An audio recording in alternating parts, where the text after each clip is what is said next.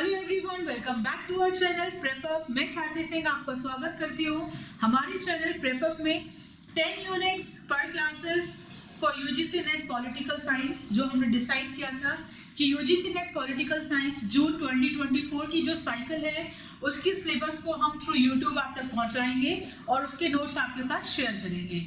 तो उसी सीरीज की नेक्स्ट क्लास है आज। ऑलरेडी हम फर्स्ट यूनिट जो थी आपकी वो स्टार्ट कर चुके हैं, उसमें लिबर्टी और इक्वालिटी कवर कर चुके हैं। आज की इस यूनिट में हम बात करेंगे the next topic which is justice. अब जस्टिस एक बहुत इंपॉर्टेंट टॉपिक है क्योंकि justice, social justice, global justice, उससे रिलेटेड बहुत सी थीम्स हैं जो आपकी यूजीसी नेट पॉलिटिकल साइंस में आती है। उनके जो थिंकर्स हैं वो लिबर्टी और इक्वालिटी वाले कुछ ओवरलैपिंग थिंकर्स हैं, एक ब्रॉड थीम है। तो कई बार ऐसा होता है कि कंफ्यूजन आ जाती है कि इसको हम as a thinker of liberty पढ़ें, as a thinker of justice पढ़ें या एज अ सेपरेट थिंकर पढ़ें, क्योंकि रिपीटिशन बहुत है। तो कैसे उसमें आपको समझना है, क्या लाइन ड्रॉ करनी है, कितना आपके लिए कंटेंट इंपॉर्टेंट है, क्या क्या आपके लिमिटेशंस होने चाहिए, वो आज हम डिस्कस करेंगे और नोट्स आपके साथ शेयर कर दिए जाएंगे। So without further ado start करते हैं आज का लेक्चर जस्टिस पे। जब मैं आपसे बात कर रही हूँ जस्टिस की दिक्कत आती क्यों है, आपको सबसे पहला क्वेश्चन ही अपने आप से ये पूछना है कि एक सोसाइटी में हमें जस्टिस की जरूरत क्यों है। अगर सब कुछ सोसाइटी में अच्छे से चल रहा होगा तो शायद जस्टिस की हम बात ना करें, या न्याय जिसे हम लोग आमतौर पे बोल देते हैं। तो जस्टिस की जो दिक्कत है ये आती है रिसोर्सेज की वजह से। क्यों रिसोर्सेज की वजह से? क्योंकि एक सोसाइटी में, एक सेटअप में जो रिसोर्सेज है वो कैसे है, लिमिटेड है, फाइनाइट है। तो अगर आपके रिसोर्सेज लिमिटेड हैं तो ये डिसाइड करना कि कितने लोगों को क्या कब कैसे मिलेगा, this is where the problem of justice arrive. कि जस्टिस क्या है, सिर्फ एलोकेशन ऑफ रिसोर्सेज, कि किसको कैसे रिसोर्सेज एलोकेट किए जाएंगे। तो आज की सोसाइटी में, मॉडर्न वर्ल्ड में, ये काम किसके पास है, स्टेट के पास। कि स्टेट क्या कर रहा है, जस्टिस एलोकेट कर रहे हैं। एलोकेट कैसे कर रहे हैं, थ्रू रिसोर्सेज। कि आपका स्टेट डिसाइड कर रहा है कि किसके पास कितने रिसोर्सेज होंगे, उसके लिए corrective measures, for example affirmative action या टैक्स रिजीम जो चेंज होती है, ये क्यों है कि आप अल्टीमेटली जो रिसोर्सेज है उसको सही तरीके से लोगों तक पहुंचा पाए। तो ये एक लार्जर आइडिया रहा जस्टिस का, जो सभी स्कॉलर्स ने एक्सेप्ट किया। बट जैसे कि आप लोग पॉलिटिकल साइंस से इतने फेमिलियर हो चुके होंगे कि आपको पता है कि एक एवोल्यूशनरी प्रोसेस रहा है पॉलिटिकल साइंस का, और उसमें हर थिंकर के अलग अलग मान्यता रही है, सब थिंकर्स का एक अलग आइडिया रहा है, जो एक कॉन्ट्रास्ट में कॉन्ट्राडिक्टरी अप्रोच के साथ इवॉल्व हुआ, जिसे हमने याद कीजिएगा प्लेटो वाली क्लास में पढ़ा था, डायलॉग या डायलेक्टिक्स। तो हमेशा पॉलिटिकल साइंस का बहुत सारे डायलॉग और डायलेक्टिक्स देखेंगे जो हमने शुरू में प्लेटो में पढ़ा था। तो उसी तरह से हम आज जस्टिस के कॉन्सेप्ट में भी देखेंगे कैसे अलग अलग डायलॉग्स निकल के आए, अलग अलग आइडियाज निकल के आए, और उसमें सबसे इंपॉर्टेंट थिंकर्स कौन कौन से आपके शामिल हैं। तो जब हम जस्टिस की बात करते हैं, सबसे इंपॉर्टेंट थिंकर जो आपके लिए शुरुआती दौर में आते हैं उनका नाम है जर्मी बेंथम। अब बेंथम के ऊपर आपको बहुत सारे क्या मिलते हैं, कोटेशंस मिलते हैं, आइडिया भी आ जाते हैं, मैच द फॉलोइंग भी आ जाते हैं। बेंथम का जहाँ भी आप नाम देखें आपको तुरंत आपके दिमाग में क्लिक करना चाहिए एक वर्ड जिसका नाम है यूटिलिटेरियनिज्म।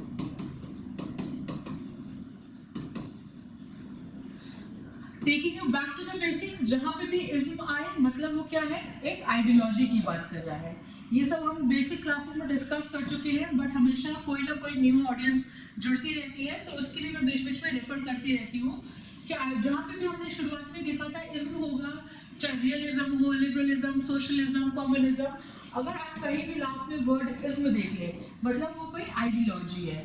और यूटिलिटेरियनिज्म, यूटिलिटी कहाँ से आया है वर्ड, यूटिलिटी।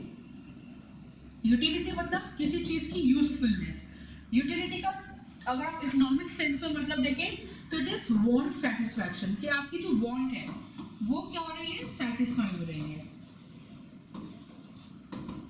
तो बेंथम का आइडिया क्या बात कर रहे हैं और क्यों हमारे लिए जो अपने जस्टिस की शुरुआत है वो यहाँ से करना जरूरी है। तो बेंथम ने क्या बोला कि अल्टीमेटली जस्टिस क्या है, कि वो एक यूटिलिटी सर्व कर रहा है, किसकी, greatest number of people, greatest number of people। कि अगर एक सोसाइटी में जितने ज्यादा हो सके उतने ज्यादा लोगों की आप वांट को सेटिस्फाई कर पा रहे हैं, तो क्या है greatest happiness for the greatest number of people. Greatest happiness कि आप ज्यादा से ज्यादा लोगों को खुश कर पा रहे हैं। For the greatest number of people ये अल्टीमेटली क्या है कि आपने जस्टिस डिलीवर कर दिया।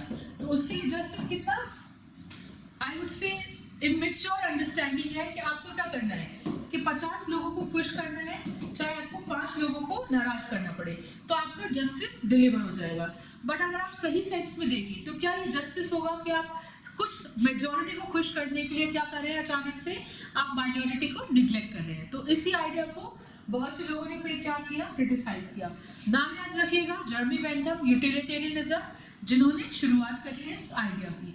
तो उन्हीं के जो आगे फिलोसफर्स थे, सबसे इंपॉर्टेंट नाम जिसमें आता है जे.एस. मिल का। तो बेंथम क्या थे, जे.एस. मिल के अंकल थे, क्योंकि जे.एस. मिल के जो फादर थे जेम्स मिल, बेंथम उनके बहुत अच्छे दोस्त थे। तो शुरू से ही जे.एस. मिल अपने अंकल से काफी कुछ सीखते आए, डिबेट करते रहे। जे.एस. मिल के बारे में हम पहले भी बात कर चुके हैं। तो उन्होंने क्या बोला कि इनके आइडिया क्या है, पिग्स फिलॉसफी है। क्या है, पिग्स फिलॉसफी। अब इनके बीच में शुरू हो गई एक बहुत फेमस डिबेट। पिग्स फिलॉसफी मतलब फिलॉसफी जो कि सिर्फ किसके लिए है, एनिमल्स के लिए, जिसका ह्यूमन लाइफ से कोई लेना देना नहीं है। क्योंकि अगर आप ह्यूमन लाइफ की बात करेंगे, लोगों की बात करेंगे, तो वहाँ पे आएगा आपका ब्रेन, और ऐसी बातें मुझे लगता नहीं है कि कोई इंसान जिसके पास अक्ल होगी वो करेगा। तो उसने अपने अंकल की फिलॉसफी को क्या कहा, आपकी फिलॉसफी कैसी है, पिग्स फिलॉसफी, जो सिर्फ जानवरों तक, तो अगर आप बोले कि 10 जानवरों को खुश करना है तो कर दो, एक को मार दो तो समझ आता है, but it is not meant for humans. तो अब जो ये डिबेट शुरू हुई, इस डिबेट का आपके लिए क्या इंपॉर्टेंस है, इस डिबेट में कई बातें निकल के आई कि क्यों इंपॉर्टेंट है एक डिबेट का, एक पार्टी का दूसरी पार्टी से ज्यादा क्या उसमें इंपॉर्टेंस है। तो उसमें सबसे पहले बेंथम ने एक बात बोली और उसका कॉन्ट्राडिक्ट किया किसने, आपको मिल नहीं दिया। तो ये बातें आपके लिए जानना जरूरी है। बातें क्या, 2-3 ऐसे कोटेशंस हैं जो मुझे लगता है कि पेपर में कई बार आ जाते हैं। अगर पेपर में आ रहे हैं तो इट्स गुड कि आप उन पर थोड़ा ध्यान दें, क्योंकि कभी बार उसका मीनिंग आ जाता है पेपर में, डायरेक्ट कोटेशन आ जाती है, और अगर आप इसके बाद भी कभी भी कोई एग्जाम दें तो it's a good useful pattern.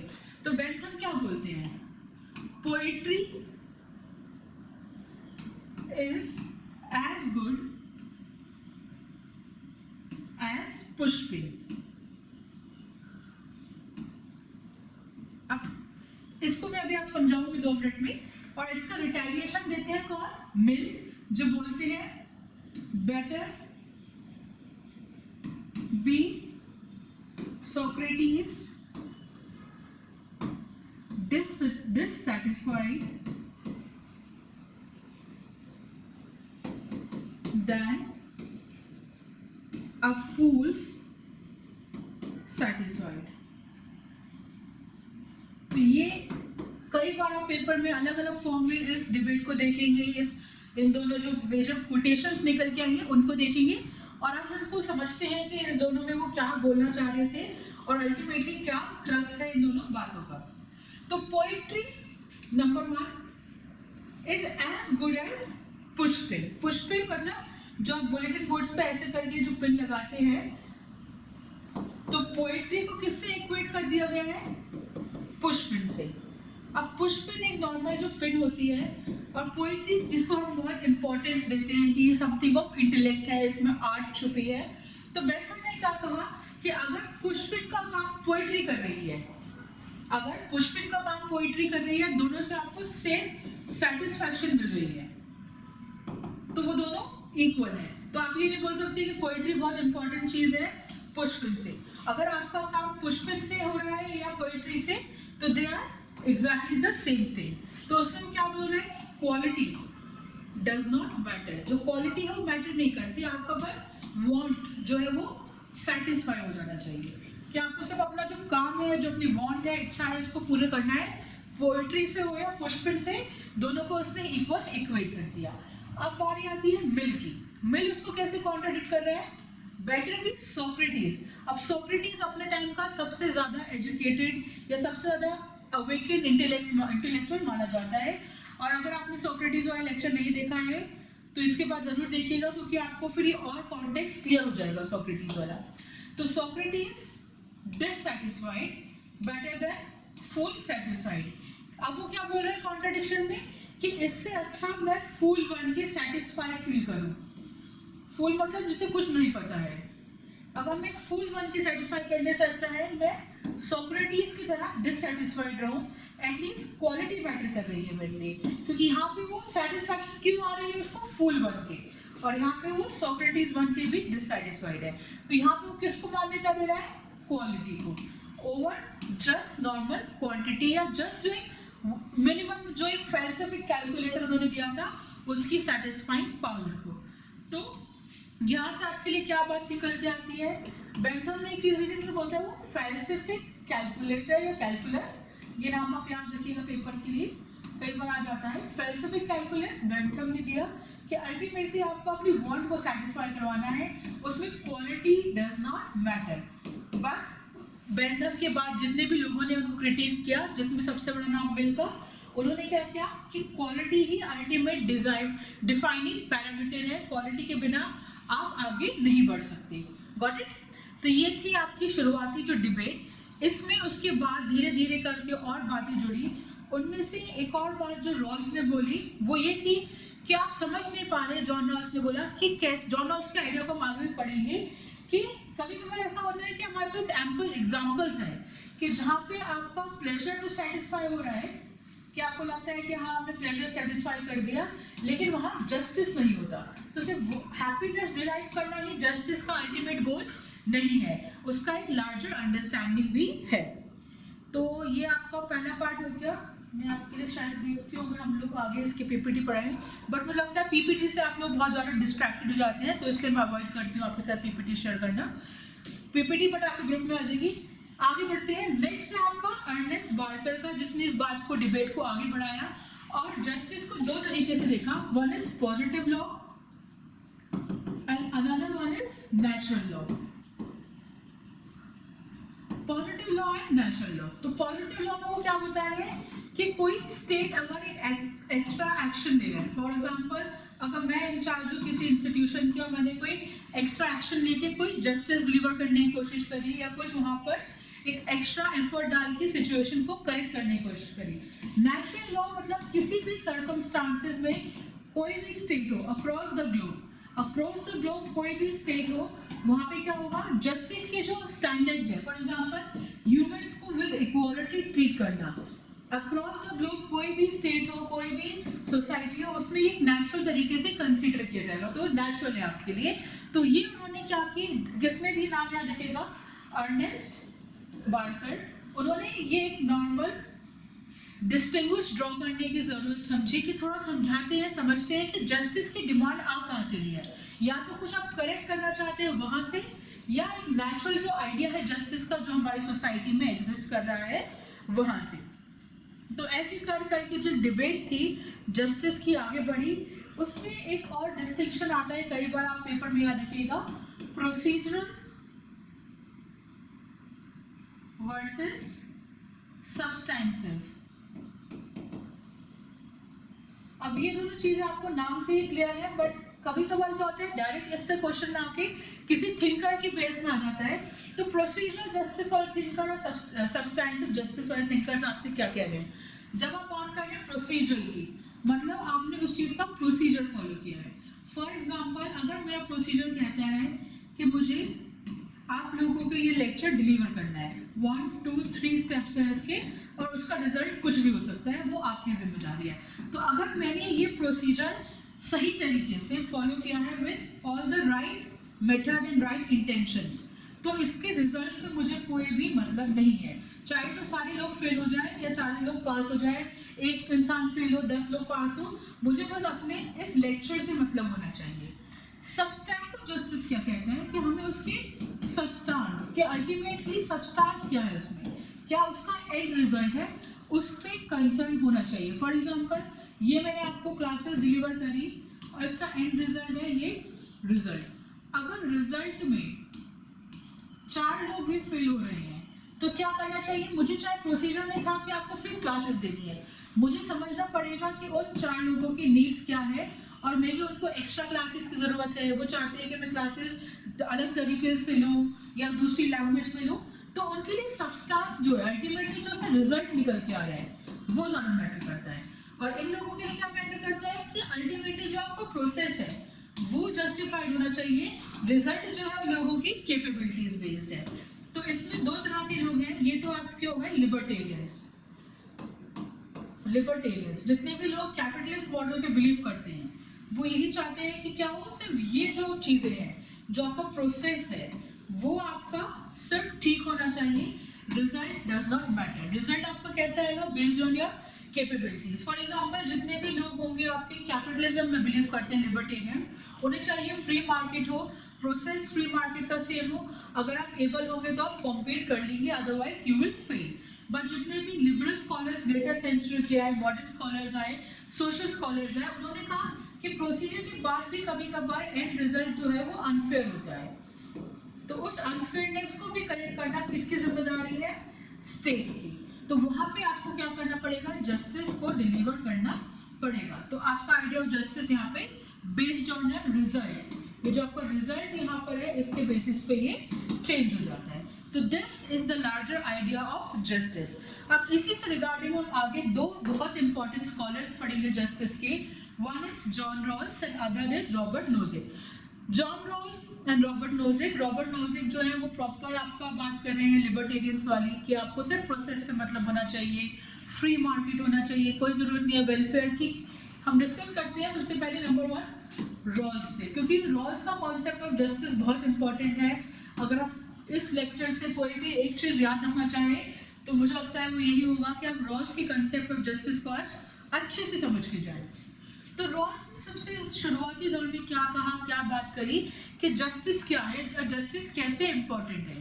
तो रॉल्स ने कहा कि आप प्रोसीजर समझिए। अगर मैं प्रोसीजर की भी बात करता हूँ तो प्रोसीजर जस्टिस है मेरी जो मैं थ्योरी दे रहा हूँ कैसे। तो उसने समझाया, सपोज एक कहानी की ना समझिए से कि आप एक ओरिजिनल पोजीशन में हैं। ओरिजिनल पोजीशन क्या है? ये वर्ड्स याद रखिएगा जो मैं आपके साथ डिस्कस कर रही हूँ। पेपर में बहुत बार आप original position, well of ignorance, ये सब वर्ड्स देखेंगे, इसलिए इन वर्ड्स पे स्पेशल मैं एम्फेसिस कर रही हूँ जब मैं आपको पढ़ा रही हूँ।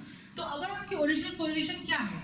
जब आपको कुछ भी नहीं पता है, यू आर कंप्लीटली अनअवेयर कि आपके सामने क्या है, आपके पीछे क्या है, कुछ नहीं पता है, you are just immature and unaware. तो आपको एक दे दिया है ये पीस ऑफ केक, ये आपको दे दिया गया है केक, और अब आपसे पूछा जा रहा है कि आप कैसे चाहेंगे कि इस केक को हम लोग डिवाइड करें, कितने पीसेस में डिवाइड करें, कैसे डिवाइड करें। 4 लोगों से ये बात पूछी गई, A, B, C, D। तो सब लोगों ने क्या बोला कि इस केक को आप इक्वली डिवाइड कीजिए। Why? क्योंकि आपको नहीं पता कि अगर सपोज मैं इस केक को अनइक्वली डिवाइड कर दूं ऐसे, और आप मुझे बोले कि आप मुझे पार्ट 1 ला के दीजिए, मुझे 3 ये 4 ही मांग ले, तो किसी के पास ज्यादा आ जाएगा, किसी के पास बहुत कम आएगा, और आपको नहीं पता आपके पास कौन सा पार्ट आएगा। क्योंकि यहाँ पे क्या है, ये यहाँ पे ऐसी क्या चीज है जो आपको ये जानने से मना कर रही है कि पीछे क्या है। ये है व्हील ऑफ इग्नोरेंस। व्हील मतलब होता है पर्दा। ये आपके सामने है व्हील ऑफ इग्नोरेंस, कि आपको पता ही नहीं है कि आपके सामने क्या है, व्हील ऑफ इग्नोरेंस। आपके सामने क्या है? पर्दा है, और पर्दे के पीछे केक है, तो आपको नहीं पता कि वो किस तरह से केक डिवाइडेड है। तो आप अपने मन में क्या सोचेंगे कि काश वो इक्वली डिवाइडेड हो, ताकि मुझे कम ना मिल जाए और किसी को ज्यादा ना मिल जाए। तो आपके मन में क्या है? जब तक आपके सामने व्हील ऑफ इग्नोरेंस है, पर्दा है, तो आपके अंदर क्या है? सेंस ऑफ जस्टिस है। तो आपने इनएविटेबली क्या चुना? जस्टिस, जिसमें क्या था कि सबको सब कुछ इक्वली डिवाइड कर देना चाहिए। तो उसने क्या बोला कि सोसाइटी का जो इनहेरेंट प्रिंसिपल है, जब लोग अपनी ओरिजिनल पोजीशन में होते हैं, उन्हें कुछ नहीं पता, तो वो क्या है? अल्टीमेटली चाहते हैं जस्टिस। तो जस्टिस जो है वो इनहेरेंट प्रिंसिपल है सोसाइटी का। उसके लिए उसने 3 प्रिंसिपल्स दिए जो आपके लिए बहुत काम आएंगे, आप पेपर के लिए भी उनको याद रखिएगा। सबसे पहला प्रिंसिपल है principle of equal liberty. Equal liberty कि सबको लिबर्टी जो है वो इक्वल मिलनी चाहिए, कि मेरी लिबर्टी की वजह से किसी और की लिबर्टी सेक्रीफाइस ना हो। इक्वल अपॉर्चुनिटी, कि everybody should have equal opportunity, सबके पास ये फ्रीडम होनी चाहिए कि वो जो काम परस्यू करना चाहे वो कर ले। जब रॉल्स ने ये शुरुआत के 2 प्रिंसिपल्स दे दिए, रिविजिट किया, क्रिटिक आता है, लोग अपने सजेशन देते हैं, then he added another principle which is difference principle. और ये आपके लिए जानना बहुत जरूरी है, पेपर में बहुत बार आता है question, what is difference principle by John Rawls. Difference principle मतलब कि ये आपकी रेस की जो लाइन है, एंड पॉइंट है, सब लोग सेम पॉइंट से शुरू नहीं कर रहे, कुछ लोग बहुत पीछे हैं अभी रेस में, कुछ आगे है, अलग अलग दिक्कतों की वजह से। कास्ट है आपके यहाँ, रेस फैक्टर है, आपके पास जेंडर है, आपके पास सोशल इवेंट्स इतने हैं कि सब लोग स्टार्टिंग पॉइंट से स्टार्ट नहीं कर रहे हैं। तो उनके लिए क्या है, इस रेस को इक्वल करने के लिए आपको जो लोग पीछे रह गए हैं उनको एक्स्ट्रा बेनिफिट देना पड़ेगा, जिसका नाम है अफर्मेटिव एक्शन, जिसे आप इंडिया में रिजर्वेशन के नाम से भी जानते हैं। तो अफर्मेटिव एक्शन ये सबकी लेवल प्लेइंग फील्ड हो और सबके लिए वो जो स्टार्टिंग पॉइंट है वो इक्वल बना दिया जाए। तो उसके लिए डिफरेंस क्रिएट करके, डिफरेंस प्रिंसिपल इंट्रोड्यूस करके उस जस्टिस को डिलीवर करना बहुत जरूरी है।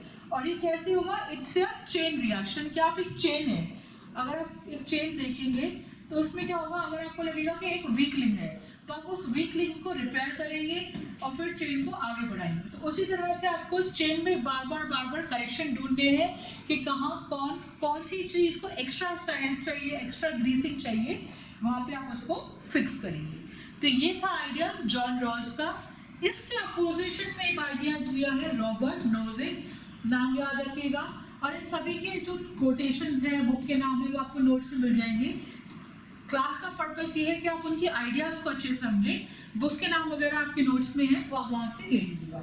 अब रॉबर्ट नोजिक क्या है, एक लिबर्टेरियन स्कॉलर है जो बोलते हैं कि नहीं, इतने बेनिफिट देने की जरूरत नहीं है। वाई? बिकॉज अगर आप किसी एक को ज़्यादा एडवांटेज देंगे तो जो ऑलरेडी स्मार्ट है या ऑलरेडी बहुत मेहनती है, it will be a disadvantage for you.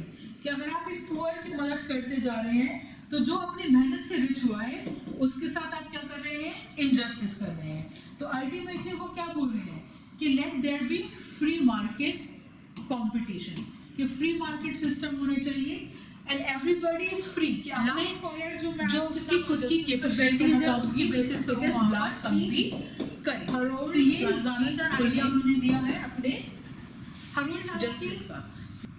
एक मिडिल पाथ लाना चाह रहे हैं जस्टिस के कॉन्सेप्ट में, इसको बोलते हैं डेमोक्रेटिक सोशलिज्म। तो अब आप देखेंगे वर्ड्स, डेमोक्रेटिक सोशलिज्म, दो अलग वर्ड्स हैं और दो अलग प्रोजेनिसा है। जब हम डेमोक्रेटिक की बात करते हैं, ये लिबरल आइडिया है। जब मैं सोशलिज्म की बात करती हूँ, ये कम्युनिस्ट या सोशलिस्ट आइडिया है, ना कि कैपिटलिस्ट आइडिया। तो उन्होंने क्या किया, जो लिबरल और सोशल आइडियाज को मिक्स करने की कोशिश करी विद सोशल एंड्स, कि अल्टीमेटली सोशल एंड्स की सबका साथ, सबका विकास, सबको अच्छे से एक इक्वल सोसाइटी में रहने का मौका मिले। And liberal means democratic means कि सबको इजी एक ऐसा वे मिले जहाँ पे वो फ्रीली विद लिबर्टी खुद को एक्सप्रेस कर पाए।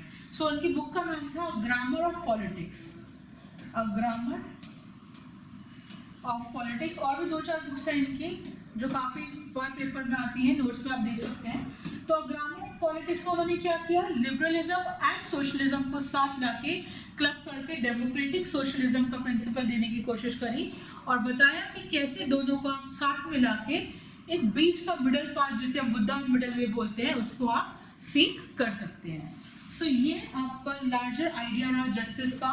एक रिकैप अगर मैं आपसे करना चाहूँ तो रॉल्स का आइडिया, नोजिक का आइडिया, ये आपके लिए बहुत जरूरी है। देन बेंथम का utilitarianism in contradiction with man, ये आपके लिए बहुत जरूरी है। अगर आप आज की क्लास से कोई 3 पॉइंट्स जस्टिस के रिगार्डिंग याद रखना चाहें तो वो यही होने चाहिए। इनसे हमेशा आप रिपीटेडली किसी न किसी वे में क्वेश्चंस जरूर देखेंगे। So I guess that's all for today's class. Thank you so much for watching. If you still have any doubt, कोई भी कंफ्यूजन, किसी भी पॉइंट पे आपको और एक्सप्लेनेशन चाहिए या किसी भी और टॉपिक पे आपको हेल्प चाहिए, आप कमेंट सेक्शन में लिख सकते हैं। आपको नोट्स हमारे टेलीग्राम चैनल से मिल जाएंगे। मैं आपके साथ नेम शेयर कर देती हूँ। It is PrepUp with us. ये आपका टेलीग्राम चैनल है, इसी नाम से आपका इंस्टाग्राम चैनल एंड ट्विटर भी है। अगर आप चाहें तो यहाँ से आप डायरेक्टली नोट्स एक्सेस कर सकते हैं, प्रीवियस लाइव क्लासेस की वीडियोस को एक्सेस कर सकते हैं, मॉक टेस्ट एक्सेस कर सकते हैं, क्योंकि जितना ज़्यादा आप अटेम्प्ट करेंगे उतना ही आपके लिए बेनिफिशियल है। So thank you so much for watching this video. I will meet you on the next one. Have a nice day.